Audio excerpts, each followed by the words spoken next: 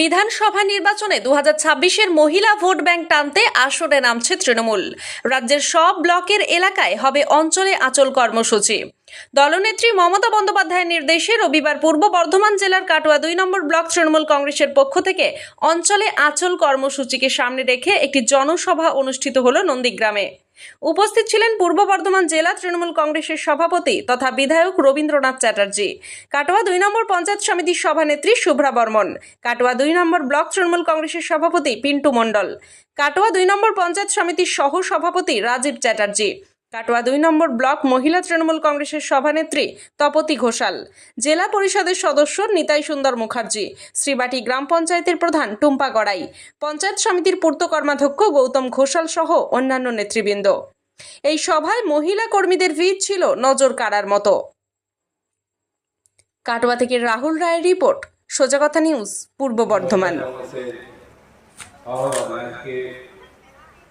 মাননীয় মুখ্যমন্ত্রী যে প্রোগ্রাম ঘোষণা করেছেন অঞ্চলে আঁচল, সেই অনুষ্ঠানে আপনারা উপস্থিত হয়েছে।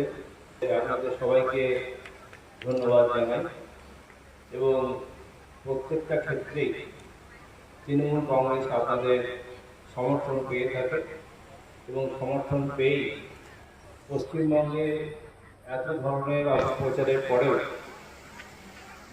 তারা তৃণমূল কংগ্রেসকে পরাস্ত করতে পারে।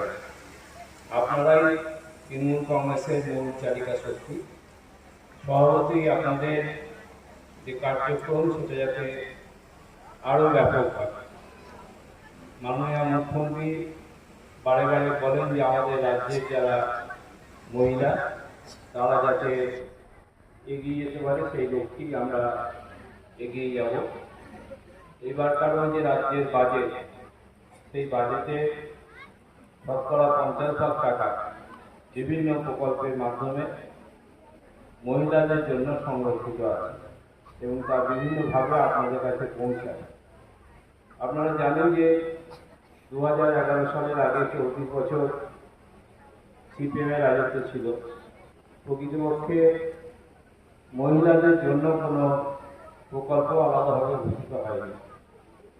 2011 সালে মাননীয় মুখ্যমন্ত্রী ক্ষমতায় আসার পরেই তিনি বলেছিলেন যে শুধু মুখে বললে হবে না, প্রকৃতপক্ষে ক্ষমতা হস্তান্তর করতে হবে এবং যার জন্য তিনি পৌরসভা, পঞ্চায়েত সব ক্ষেত্রে নির্বাচিত প্রতিনিধি যারা হবেন সেটা যাতে 50 লাখ মহিলারা হতে পারে তার জন্য তিনি আইন সংশোধন করেছিলেন।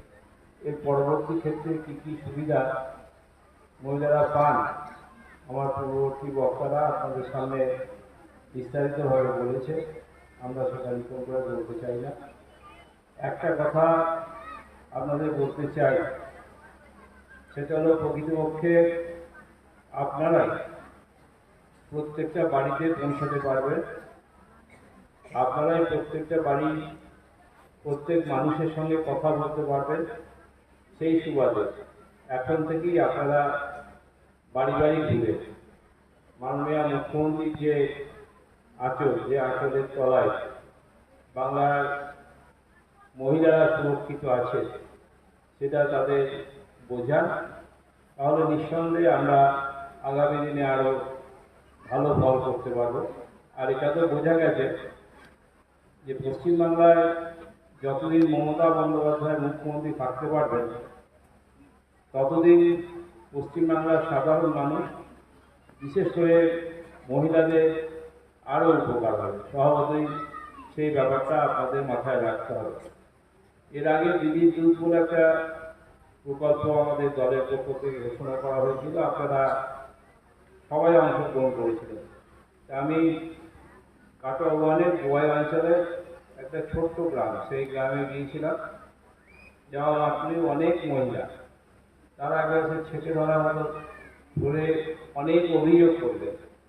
আমি যখন তাদের বললাম যে আপনারা যে অভিযোগগুলো করছেন তার সত্যাসত্য এখনই বলতে পারবো না, কিন্তু একটা কথা আপনাদের বলতে পারি, এই মিথ্যা প্রচারের মাধ্যমে কিছু মানুষ মাননীয় মুখ্যমন্ত্রী মমতা বন্দ্যোপাধ্যায়কে ক্ষমতা থেকে সরিয়ে দেওয়ার চেষ্টা করছেন। তারা বলেন না, সেটা হবে না, মুখ্যমন্ত্রী মমতা বন্দ্যোপাধ্যায়কেই থাকতে হবে।